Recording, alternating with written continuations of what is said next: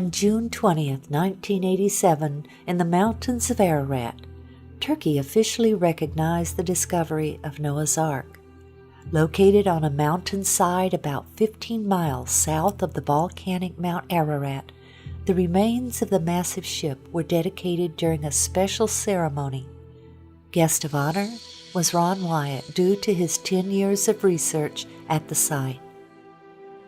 The story began in 1957 during the Cold War, when aerial photos taken of eastern Turkey while searching for Soviet missile bases revealed a strange boat-shaped formation in the mountains about 6,300 feet above sea level.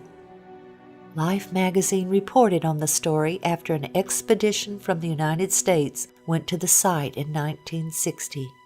Blowing holes in the strange formation, the members of the team came away with the conclusion that there was nothing there of any archaeological interest. Ron Wyatt, like many others, read the story, but he was of the opinion that the site needed further exploration. There had been many claims of seeing Noah's Ark on the volcanic Mount Ararat, but Ron knew that it was a stratovolcano, and he believed that nothing would have been able to survive there. He noted the biblical account of the location of the ark. And the ark rested in the 7th month, on the 17th day of the month, upon the mountains of Ararat. Urartu, the biblical Ararat, was a large region in eastern Turkey. This location was certainly feasible. But the factor that captured his interest the most was the length given in the Life magazine story. 500 feet. Most people were looking for a 437-foot Noah's Ark based on the Hebrew cubit, but Ron again went to the Bible to learn more. And Moses was learned in all the wisdom of the Egyptians. Moses was the author of the Genesis account of the flood. He would have known the cubit of the Egyptians. The Hebrew cubit didn't come into existence until there was a Hebrew nation after Moses' death. The Encyclopedia Britannica stated, "The Egyptian cubit is generally recognized as having been the most ubiquitous or universal standard of linear measurement in the very ancient world. The royal cubit equals 20.62 inches. This would mean Noah's Ark was much longer than 437 feet. 17 years after the Life magazine article, Ron finally made the journey to Turkey. When he saw the boat-shaped object, he saw that it looked just like it did in 1960, and he knew he would need permission to excavate in order to learn anything about what was beneath the surface. So he returned home and enlisted a number of friends to help him pray for an earthquake to reveal more. In late 1978, he learned of an earthquake in eastern Turkey and returned in August of 1979. When he arrived, he was overwhelmed by what he saw. The earthquake had dropped the soil around the object, and a large crack extended the entire length. He could see what looked to him like the remains of decayed rib timbers along the now exposed sides. Also, he was able to measure the depth of the debris and measure the length. It was 515 feet, or exactly 300 Royal Egyptian cubits. He was now convinced.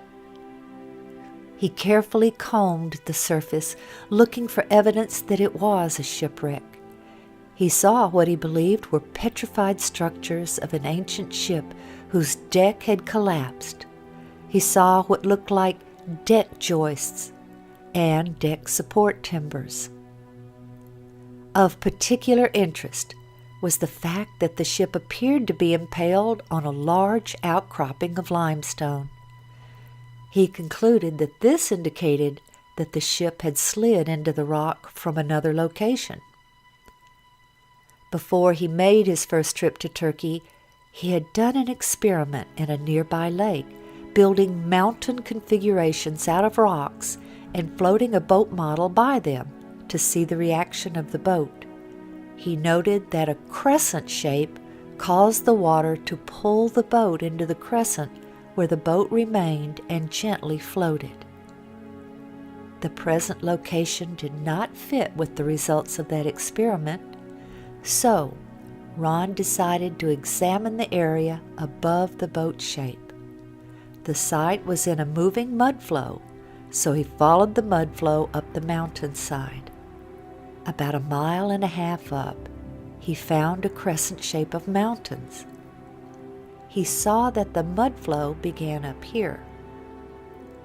When he arrived near the top of the ridge, he found an ancient stele, like an ancient billboard, which depicted the boat shape, the familiar mountain ridge, several birds, and 8 faces within the boat shape. Clearly, this was a reference to the ship of Noah and its 8 survivors. He noticed a taller mountain peak on the stele that was no longer visible from that location. He concluded that it was a small volcano that had erupted long after Noah's Ark had landed, and that it had carried the ship down the mountainside about 1 mile, where it was impaled on the limestone outcropping, then covered in lava. The lava then encased the ship like a time capsule. The volcano then collapsed after expending its lava and was no longer visible. He then theorized that as the lava began to decay, water seeped in and allowed the remains to be petrified or fossilized by the process called mineral replacement. Molecule by molecule would be washed away from the remains and replaced by molecules from the objects and substances above it. As he examined the area within the crescent shape, he found a large section, 120 by 40 feet, approximately, of what appeared to be fossilized wood in the ground. He believed this to be the bottom of the ship, the original landing site. His conclusion was that when the floodwaters subsided, the ark sank into the muddy earth. This held the ship upright. Then God sent the wind to dry the face of the earth. The portion of the ship that sank into the mud was now firmly embedded in the ground. Many years later, when the lava carried the ship down the mountain, the main body of the ship was ripped loose. Only this section remained in their original location. Around this area that Ron believed to be embedded petrified wood, he found specimens of rock which looked very unique to him. He took several samples, along with several specimens from the boat shape below. Back home, he sent them for analysis. The results showed organic carbon, which indicated that the samples were consistent with decayed and fossilized wood. They also contained metals such as iron and aluminum. The analysis of the strange-looking rock Ron had found about 1.5 miles above the site by the bottom of the ship was clearly the most exciting. His initial analysis had shown it to be metals and not rock. In 1984, Ron met and became friends with Colonel Jim Irwin, the former astronaut. Colonel Irwin was searching for Noah's Ark on Mount Ararat, but he was very gracious and was interested in seeing the boat-shaped site. Ron had brought a metal detector to the site to see if there was a pattern of metal readings. In the presence of Colonel Irwin and others on his team, Ron employed the detectors. He found distinct metal lines down the entire length of the object, while no metal readings were obtained just outside of it. Ron asked Colonel Irwin, who had impressive scientific community connections, if he could have the strange specimen tested. Colonel Irwin sent the specimen to Los Alamos National Labs, where geophysicist John Baumgartner performed the analysis. The results of that analysis captured Dr. Baumgartner's interest. The specimen contained manganese, also titanium and aluminum, among others, and these were not in the form found in nature. Due to the sophistication of the metals, he questioned whether a missile had crashed on the mountainside and Ron had found the remains. The exciting evidences of the metal lines and the analysis of the specimens brought two new researchers into the work, Dr. Baumgartner and David Fasselt, a marine salvage expert who knew all about ships and their construction. They both joined the team. Oh, look at that. Oh, well, wait a minute. Wait, let me get a close-up of that. Kind of, You want my hand in there for? yeah, just to point at those little Okay. flakes of iron that are coming out, like right there. There and there. Huh. That's a strong reading.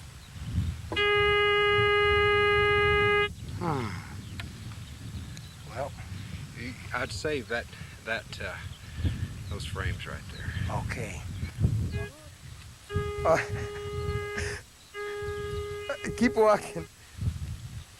Do you want a measuring tape to measure these things, how far apart they are?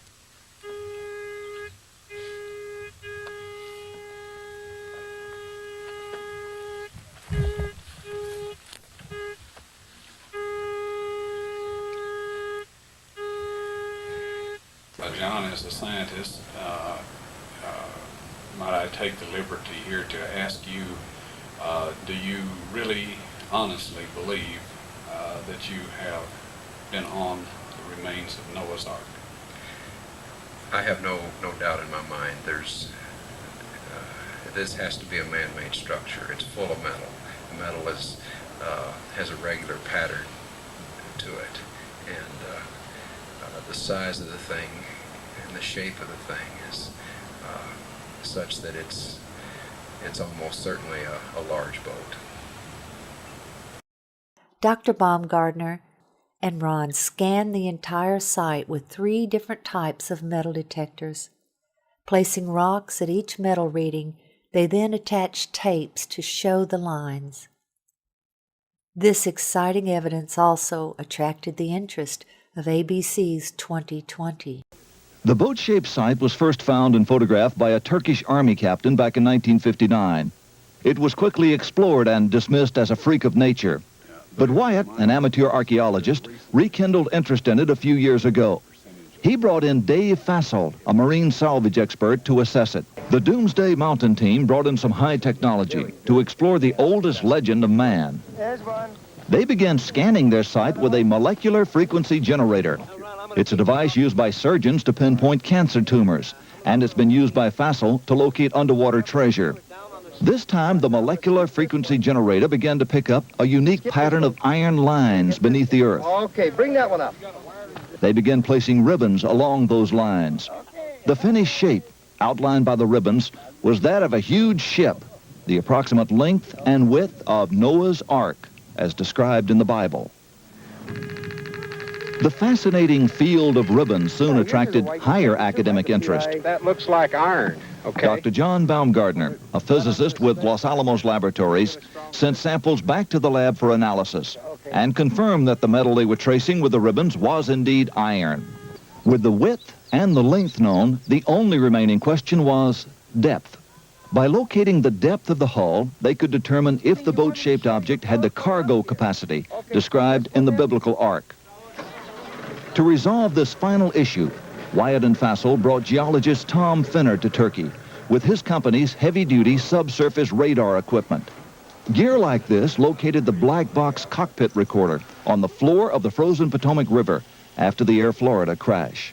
It was here, several miles short of the boat-shaped site, that a waiting game began for Finner and the others. The party needed a final go-ahead from the Turkish government to complete their probe of Doomsday Mountain. The restrictions of martial law left the American explorers isolated from the outside world. Not even a telephone. Yeah. Anyway, we're going to hang in like smell on a skunk till there's nothing left to get this done. hanging like the smell in a skunk. The Turkish government stopped the exploration. What now? Since we were there, Barbara, things have cooled down, and they've sent their own team of scientists in to take a look at this site. It's a very fascinating location. While Turkish scientists and archaeologists did their own research, Ron and his associates continued their work. The next step was subsurface interface radar. There's the longitudinal bulkhead. You ought to see them popping out, Ron. Yeah, there they are. Here. There's Yeah. another one. There's the keel line right there. Yeah.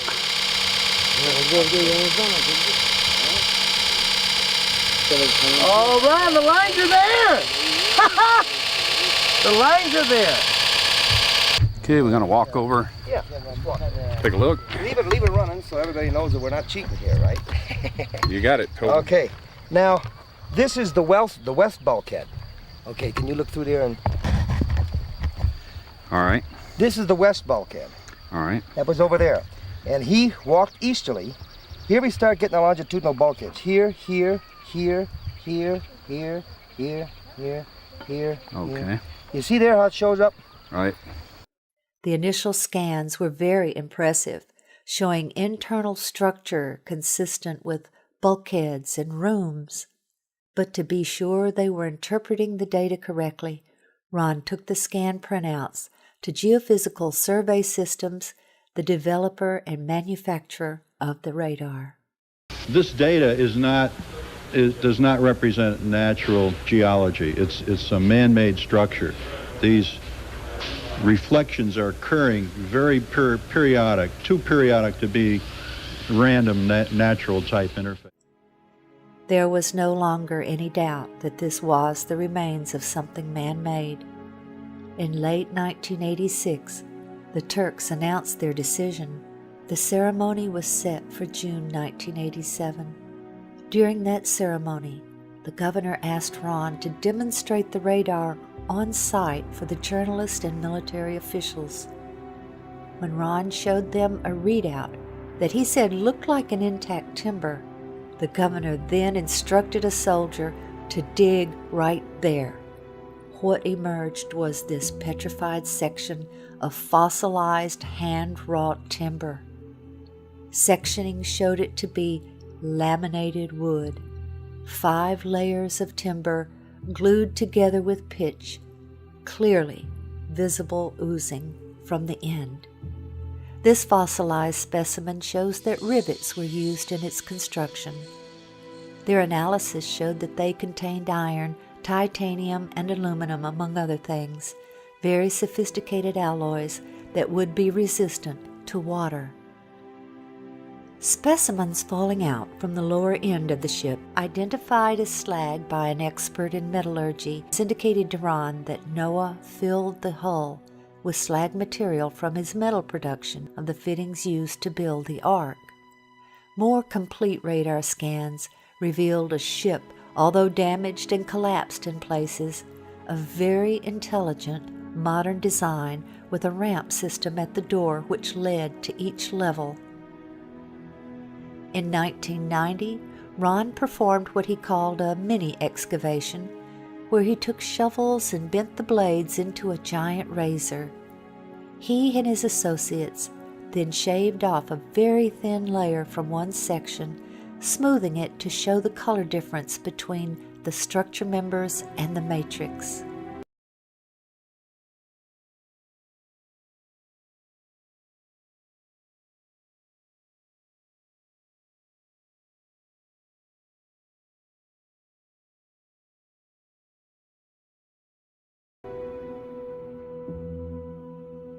By faith, Noah, being divinely warned of things not yet seen, moved with godly fear, prepared an ark for the saving of his household, by which he condemned the world, and became heir of the righteousness which is according to faith.